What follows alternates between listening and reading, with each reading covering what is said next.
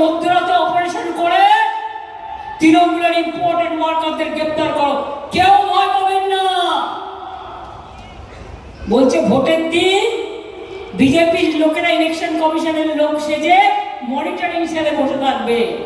দালালগুলো, অপদার্থগুলো, অত্যাচারীগুলো, স্বৈরাচারীগুলো, ব্যভিচারীগুলো, ভ্রষ্টাচারীগুলো, যাদের নিজেদের চরিত্রের ঠিক নেই তারা অন্যের কথা বলে। সারা পৃথিবীতে মানুষ জানে এদের কি চরিত্র, সারা দেশের মানুষ জানে এদের কি চরিত্র। এই করে ইলেকশনে দখল করবেন, তাহলে আমাকে জেলে পাঠিয়ে দিন না, আমি জেলে বসে বেশি ভোট পাবো।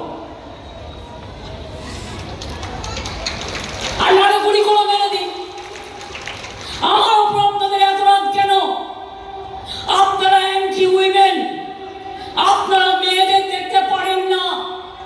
ছেলেদের বুলডোজার চালান, মেয়েদের উপর বুলডোজার চালান। মিডিয়াকে কিনে রেখেছেন। আমি সাংবাদিকদের দোষ দিই না, ওদের মালিকদের ইডিএস সিবিআই ভয় দেখায় আর ভোরবেলায় বলে দেয় এইটা তোমায় বলতে হবে, এইটা তোমায় করতে হবে। আর যে সার্ভেগুলো দেখাচ্ছে একটাও নিজেদের সার্ভে নয়, ওটাও